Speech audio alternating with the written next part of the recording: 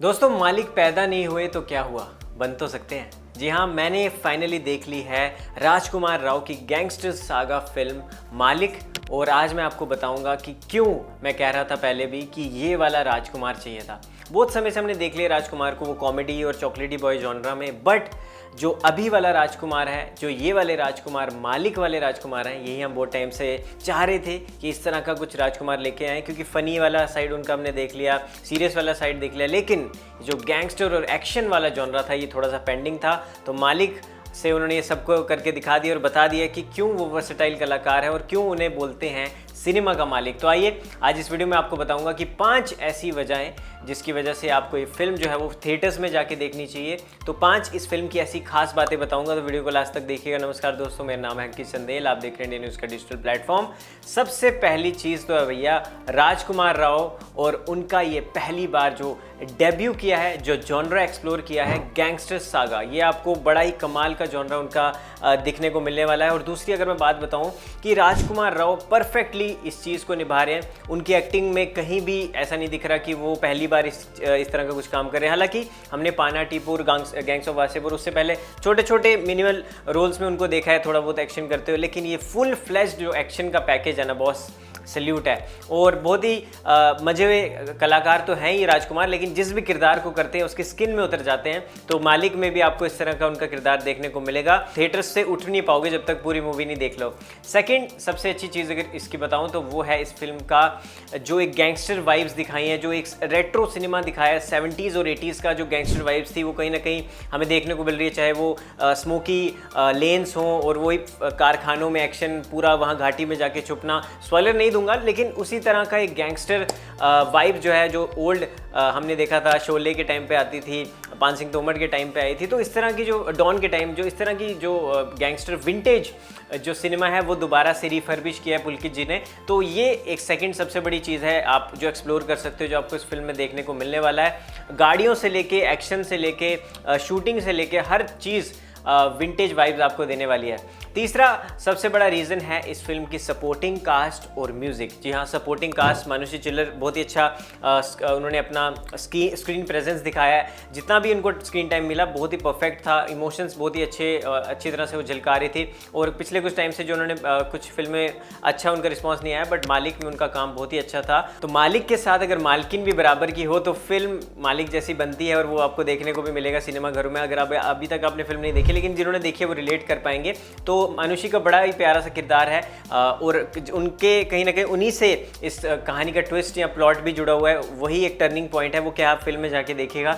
But मानुषी के अलावा सौरभ शुक्ला जी हैं, अंशुमन जी हैं, तो बहुत सारे ऐसे किरदार हैं जिनकी वजह से ये फिल्म मालिक जो है वो कंप्लीट हो पाती है। और सपोर्टिंग कास्ट जब कमाल की हो तो इस तरह का सिनेमा तो बनता है। और उसके बाद अगर मैं एक और पॉइंट की बात करूँ, जो म्यूज़िक की बात है, म्यूज़िक इस फिल्म का बड़ा कमाल है। बीजीएम बड़ा मज़ेदार है, एक्शन बड़ा मज़ेदार है, इंटरवल से पहले बहुत कमाल है, इंटरवल के अलग जो ट्रांजिशन में आता है, ट्रांजिशन जो आती है इंटरवल के बाद म्यूज़िक में, वो भी बड़ी कमाल की है। और सबसे इंपॉर्टेंट बात यहाँ पे मैं कहना चाहूँगा MC स्क्वायर की। MC स्क्वायर का जो टाइटल ट्रैक है मालिक का, वो बड़ा ही कमाल का है। जब एक्शन करते हैं ना राजकुमार राव तो वो गाना जचता है भाई पीछे, ऐसा सच में गूज़बम्स आ जाते हैं। और मेरे को लगता है आने वाले टाइम में जिम में ये गाना प्री वर्कआउट या वर्कआउट करते समय लोग इसको सुनेंगे ज़रूर। और बहुत ही कमाल का उन्होंने इसको कंपोज किया है, बहुत ही कमाल जो उनका म्यूज़िक है वो इसमें दिखाई दे रहा है, क्योंकि परफेक्टली हर एक स्टेप जो गाने का आता है, एक्शन का आता है, वहाँ पे बीट जो है वो प्रॉपर उस पर बैठ रही है। तो ऐसा म्यूज़िक का कॉकटेल करना, तो भाई MC स्क्वायर साहब विनर हैं ऑलरेडी। तो वो उनको पता है कि म्यूज़िक का किस तरह से जॉनरा एक्सप्लोर करना है, किस तरह ब्लेंड करना है, किस तरह कंपोज करना है, किस गाने की वाइब कब देनी है, तो वो जानते हैं। और हरियाणवी हैं वो भी, राजकुमार राव भी हरियाणवी है। दोनों का फ्यूजन जब साथ में हो तो मालिक जैसी फिल्म में ऐसा शानदार म्यूज़िक बनना तो लाजमी है।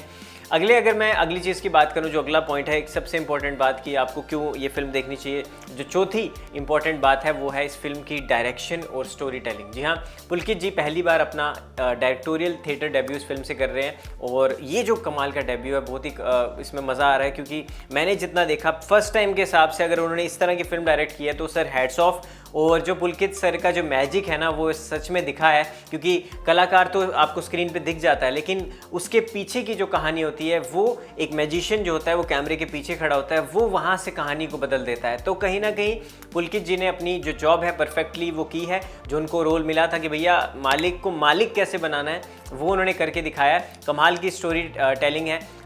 लग रहा था लोग रिलेट कर पाएंगे कि पा रहे थे कि आम आदमी की भी कहानी है।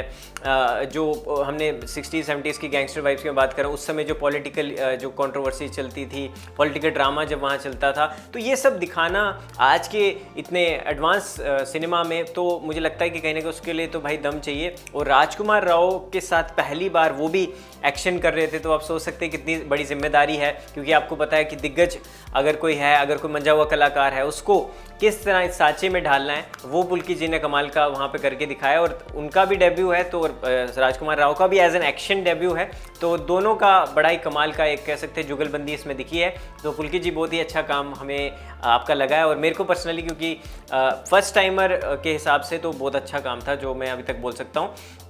और कहीं ना कहीं आखिरी चीज़ जिस पे हम आना चाहेंगे वो है इस कहानी के पंचेस और डायलॉग्स के बारे में। तो जैसे मैंने शुरुआत में जो डायलॉग बोला कि मालिक पैदा नहीं हुए पर बन तो सकते हैं, उसके बाद और भी कई सारे ऐसे डायलॉग्स हैं जो कि आप फिल्म में आपको सुनने को मिलने वाले हैं। तो बड़े कमाल के पंच लाइन्स लिखे हैं राइटर्स ने, और बड़ी कमाल की डायलॉग डिलीवरी, वो तो आपको पता ही है, राजकुमार राव उसमें एक्सपर्ट हैं। बट सही सिचुएशन में सही डायलॉग बैठ रहा था, ऐसा कोई नहीं था कि जो एक्स्ट्रा किए जा रहे हैं, ओवर हो रहा है, ऐसा कुछ नहीं था। कमाल के पंच लाइन्स हैं और कमाल का एक्शन के साथ साथ जब डायलॉग होता है वो परफेक्टली ब्लेंड होना चाहिए, तो वो इसमें कहीं ना कहीं आपको देखने को मिलने वाला है।